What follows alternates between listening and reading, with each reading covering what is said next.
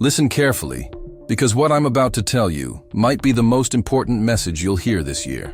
You're sitting there, probably in the same spot where you've complained countless times about your financial situation. Am I right? How many hours have you wasted blaming the government, your boss, the market, or even God for your current circumstances? Here's the harsh truth you need to hear today. Your complaints won't fill your bank account. Not a single penny.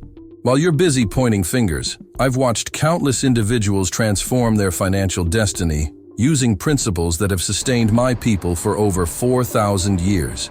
These aren't just any principles, they're the same secrets that helped us prosper through exile, persecution, and times when we had nothing but the clothes on our backs. You see, there's something fundamentally broken in your approach to wealth. I watch you chase after get-rich-quick schemes, looking for that magical investment that will solve all your problems overnight. But wealth doesn't work that way. It never has, and it never will. The Torah teaches us that even manna from heaven, literal food from God, required the people to go out and gather it. Think about that. Even when God provided directly, effort was required. Let me ask you something personal. When was the last time you actually did something meaningful to change your financial situation? I'm not talking about downloading another budgeting app or watching YouTube videos about cryptocurrency. I mean real, substantive action that required sacrifice and dedication. You're uncomfortable now, aren't you? Good. That discomfort you're feeling? That's the first sign of growth. In my family, we have a saying passed down through generations. A fool learns from his own mistakes, but a wise man learns from the mistakes of others. Right now, you're making the same mistakes I've seen thousands make before you. You're waiting for the perfect moment, the perfect opportunity, the perfect condition. But let me tell you what the Talmud teaches us. Who is wise? One who sees the future consequences of their actions. The consequences of your inaction are already written on the wall. 5 years from now, you'll either be reading this same type of content, still searching for answers, or you'll be the one sharing wisdom with others about how you transformed your life. The choice is yours, but the time to make that choice is now. You might be thinking, but Caleb, you don't understand my situation. Times are different now. Really? Do you think it was easier for my grandfather who arrived at Ellis Island with nothing but a torn coat and unwavering determination? He didn't speak the language. He had no connections, no safety net. But what he did have was something far more valuable. He understood the principles I'm about to share with you. These aren't just feel-good stories or motivational fluff. What I'm about to reveal are battle-tested principles that have created more millionaires per capita in my community than any other group. These are the same principles that helped us build successful businesses in times of depression, that enabled us to rise from the ashes of destruction multiple times throughout history. But before I share these principles with you, I need you to make a decision. Are you ready to stop being a victim of your circumstances? Are you prepared to take full responsibility for your financial future? Because if you're looking for someone to coddle you and tell you everything will be okay without any effort on your part, you should stop watching right now. The wisdom I'm about to share isn't for everyone. It's for those who are ready to face hard truths and take harder actions. It's for those who understand that true wealth isn't built on luck or handouts, but on wisdom passed down through generations and applied with unwavering discipline. You're still here? Good. That tells me something about you. It tells me you might be different from the masses who are content with mediocrity. Maybe you're finally ready to learn why some people seem to attract wealth while others repel it. Maybe you're ready to understand why your current approach to money is fundamentally flawed and what you can do about it starting today. In the next few minutes, I'm going to share with you the first and most crucial principle that has guided Jewish financial wisdom for millennia. But I warn you, this principle might challenge everything you currently believe about money and success. Are you ready for that kind of truth? Let's address the painful truth about why you're stuck in financial mediocrity. Yes, I'm talking directly to you, not your neighbor, not your co-workers, you. You keep saying life is unfair, that the system is rigged, that the powerful keep the little guy down. But I'm going to expose the real reason for your financial struggles, and you might not like what you're about to hear. You're broke by choice. Yes, you heard me correctly. Every time you swipe that credit card for something you don't need, every time you skip planning your monthly budget, every time you choose Netflix over reading a financial book, you're actively choosing poverty. These aren't just mistakes, They're self-inflicted wounds that keep bleeding your wallet dry. Let me share something my father taught me when I was just 13 years old. He sat me down in his study, pulled out his ledger, and said, "Caleb, there are two types of people in this world, those who master money and those who are mastered by it. Right now, you're letting money master you, and it's painful to watch. Do you know what the Talmud says about financial responsibility? A person will be called to account for everything he saw, but did not enjoy. But here's the crucial part you're missing.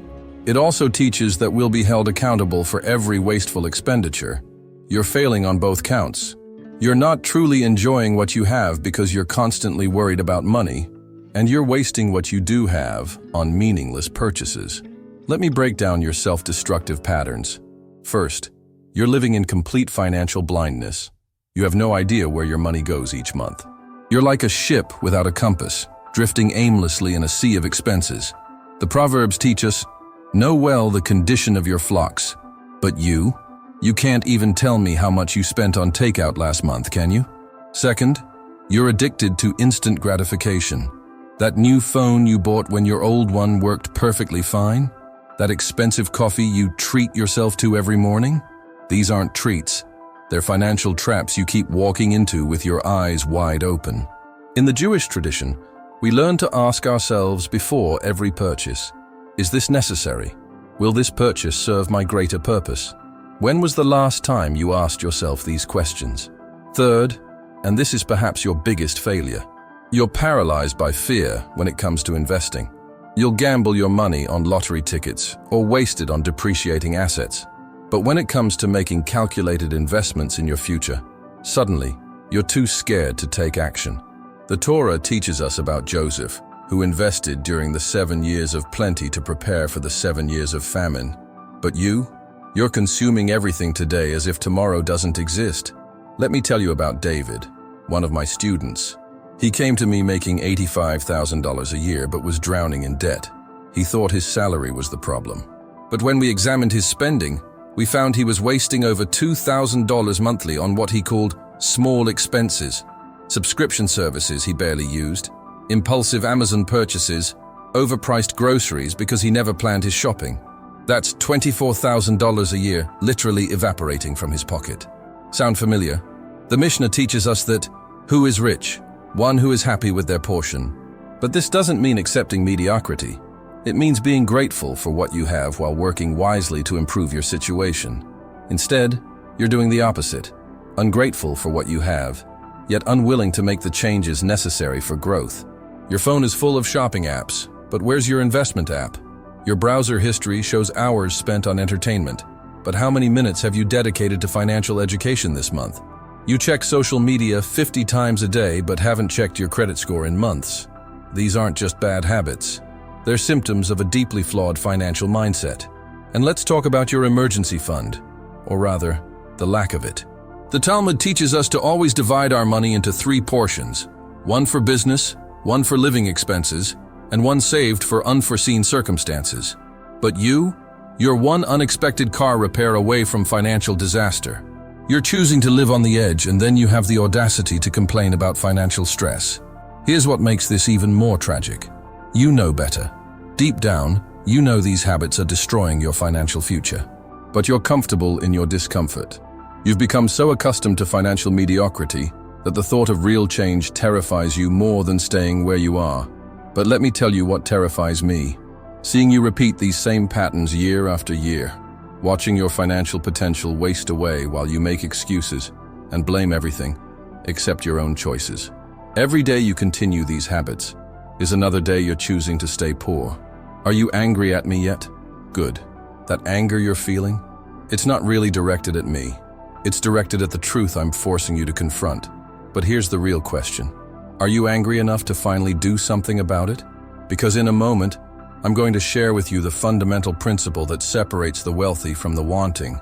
A principle so powerful that it has guided my people through centuries of prosperity, even in the face of overwhelming adversity. But first, you need to make a choice. Will you continue down this path of self-sabotage, or are you ready to embrace a completely different approach to money? Now, pay close attention, because I'm about to reveal the foundational principle that has guided Jewish wealth creation for over 4 millennia. This isn't just another financial tip. This is the bedrock of generational wealth that's helped my people prosper even in the darkest times. The principle is deceptively simple, yet most people, including you, completely fail to grasp it. Total personal responsibility for every aspect of your financial life. You're probably thinking, "That's it, Caleb? That's your big secret?" Yes, that's it. But let me show you why you've been getting it wrong all this time. In the Talmud, there's a story about two merchants who lost everything in a shipwreck. One spent his days sitting on the beach crying about his lost fortune and waiting for God to restore his wealth. The other immediately started trading small items he found washed up on shore. Within a year, the second merchant had rebuilt his fortune, while the first remained destitute. The difference wasn't luck. It wasn't circumstances. It was their response to adversity. One took responsibility, the other chose victimhood. Which one are you right now? Let me tell you something that might shock you. God doesn't care about your excuses. Harsh? Perhaps. But in the Torah, when Moses complained that he couldn't lead because he wasn't a good speaker, God didn't coddle him. Instead, he asked, "Who gave man his mouth?" The message was clear. Stop making excuses and start taking action. Your financial situation is no different. You see, in Jewish tradition, we have a concept called hishtadlut. It means making maximum effort while recognizing that ultimate success comes from God. But here's where you're getting it wrong. You're praying for financial blessing while putting in minimal effort.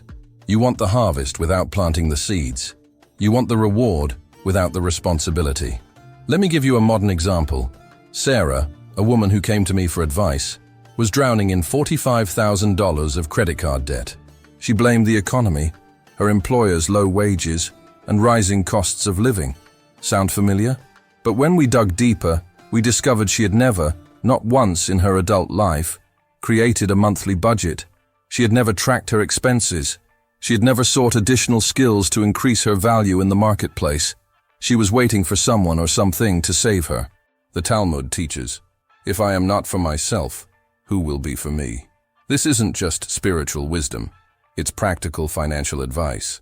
Every dollar you spend, every investment you make or don't make, every financial decision you take or avoid, it's all on you. Not your parents, not the government, not the economy. You. Here's another truth that might sting. Your current financial situation is the exact result of your past decisions. Every single one of them. That credit card debt, that's not bad luck. That's the result of your choices. That empty savings account, those aren't circumstances. Those are consequences. That dead-end job you hate, that's not fate. That's your failure to invest in your skills and take calculated risks. In the Midrash, there's a teaching about how God creates both poverty and wealth, but He gives us the tools to choose our path. You've been given these tools, but instead of using them, you've buried them under a mountain of excuses. How much longer will you continue to dishonor the gifts you've been given? Let me be crystal clear. If you don't embrace this principle of total financial responsibility today, right now, you will remain exactly where you are. Actually, no, you'll sink lower because inflation and compound interest work against those who choose ignorance. Is that what you want? To keep feeling that knot in your stomach every time a bill arrives? To keep avoiding looking at your bank balance? To keep living paycheck to paycheck while watching others build wealth? The choices are simple. You can continue living in financial bondage, making the same excuses you've always made, blaming everyone but yourself. Or you can decide right now that you've had enough. That from this moment forward, every financial decision, every dollar spent or saved, every opportunity taken or missed, is completely your responsibility. There's a reason why Jewish communities have historically shown remarkable financial resilience. It's not because we're smarter or luckier. It's because this principle of personal responsibility is woven into the fabric of our culture.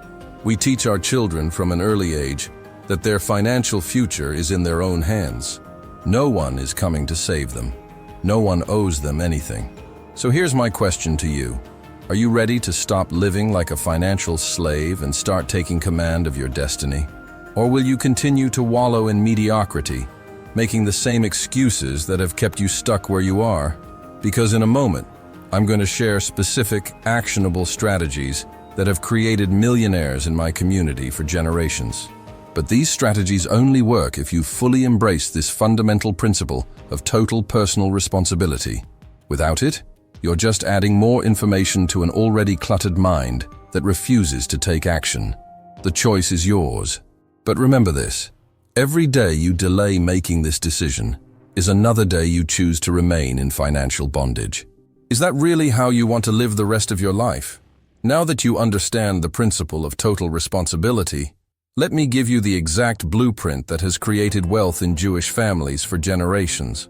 But remember, knowledge without action is like having a map, but refusing to take the journey. These aren't suggestions or tips. These are commandments for your financial liberation. First, the sacred hour. The Talmud teaches that the first question you'll be asked in the heavenly court is whether you conducted your business affairs with integrity. But how can you conduct any affairs if you don't set aside time to manage them? Starting tomorrow, no, starting today, you will dedicate 1 hour every morning to your finances.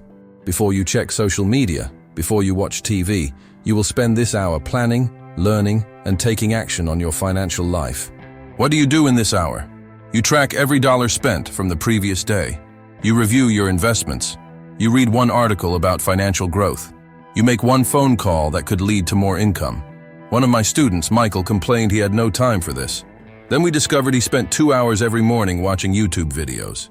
Today, he owns 3 profitable businesses. The difference? He replaced entertainment with empowerment. Second, the rule of thirds. Shlish, shlish, shlish. This ancient Jewish principle of dividing your income into 3 parts isn't a suggestion. It's a survival strategy. 1/3 for savings, 1/3 for current needs, 1/3 for growing wealth. You're probably thinking, but Caleb, I can barely make ends meet. Really? Let's look at your phone bill, your streaming subscriptions, your impulsive Amazon purchases. Don't tell me you can't divide your income when you haven't even tried to eliminate your financial waste. Rachel, another student, said the same thing when she came to me. Single mother, 2 kids, making $3,200 a month. Impossible to save, she said. We analyzed her spending and found $780 in monthly expenses she didn't need. Today, she follows the rule of thirds religiously. 2 years later, she has an emergency fund and a growing investment portfolio. What's your excuse? Third, the power of community. Chavruta. In Jewish tradition, we never learn alone. You need to build your own financial chavruta, a small group of people committed to growing wealth together. Find 3 people who are serious about their financial future. Meet weekly, share knowledge, hold each other accountable. But choose carefully. The Talmud says, better to have no partner than a bad partner. When David joined my program, he was skeptical about this step. I don't want people knowing my financial situation, he said. Pride, the deadliest of financial sins. Today, his investment group has helped each member double their net worth. Your broke friends aren't helping you get rich.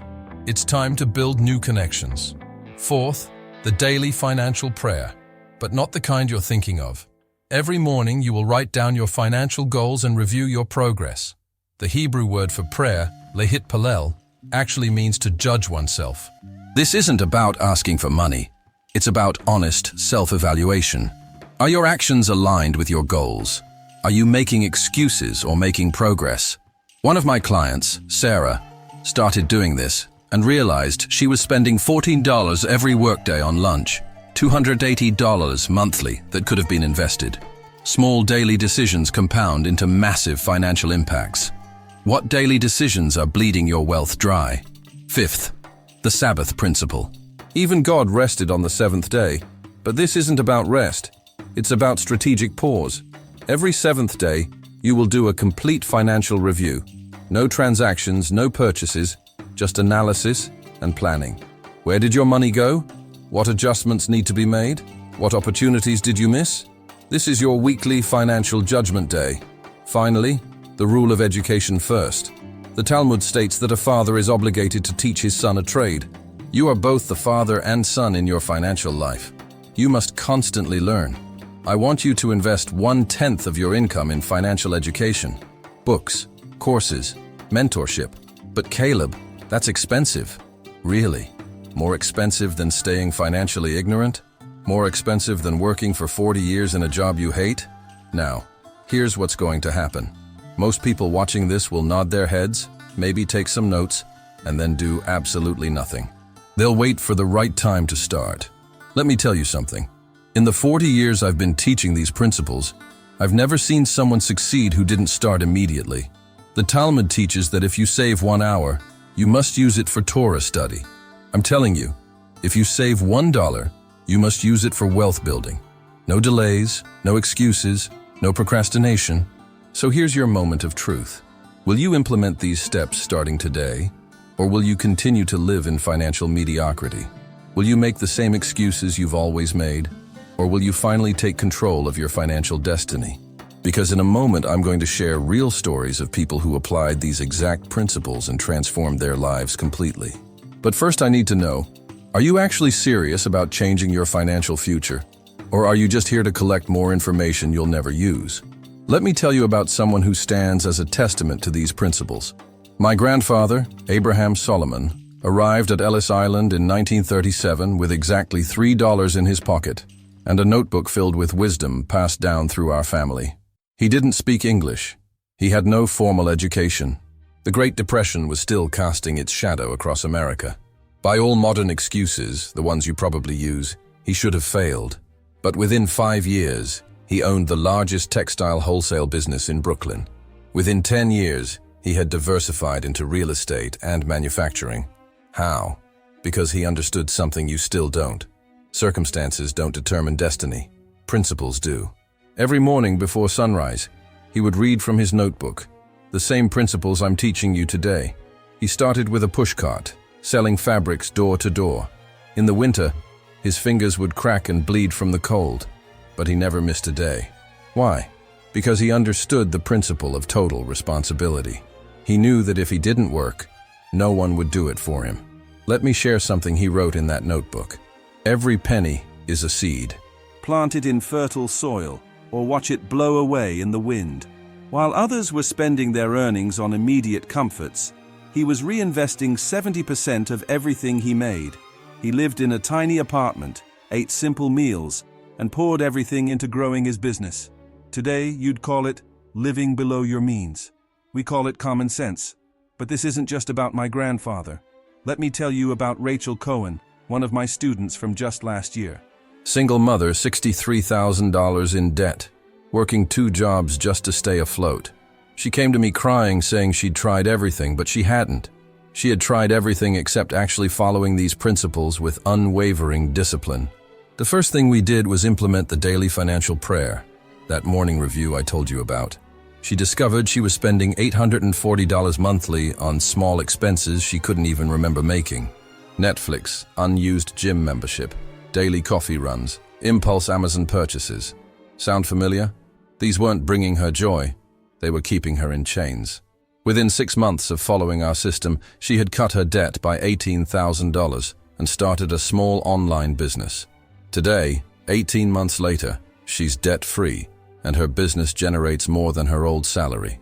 The same principles applied in the modern world, yielding the same results. Or consider David Martinez, a non-Jewish student who thought these principles wouldn't work for him because he wasn't part of our community. He was dead wrong. Truth is truth, regardless of who applies it. David was making $95,000 a year as a software engineer, but had zero savings. Zero. Every penny earned was penny spent. He was what we call a poverty maker, someone who turns good income into empty pockets. We applied the rule of thirds strictly. No exceptions. No excuses. Was it hard? Of course. He had to move to a smaller apartment, sell his luxury car, cancel vacations. His friends thought he was crazy. Today, 3 years later, he owns 4 rental properties and has a net worth of over $800,000. The same principles, different person, same results. But perhaps the most powerful story is Sarah Bloomberg's. She inherited $500,000 from her parents and lost every penny of it in bad investments and poor decisions. Why? Because she inherited money, but not wisdom. When she came to me, she was worse than broke. She was broken.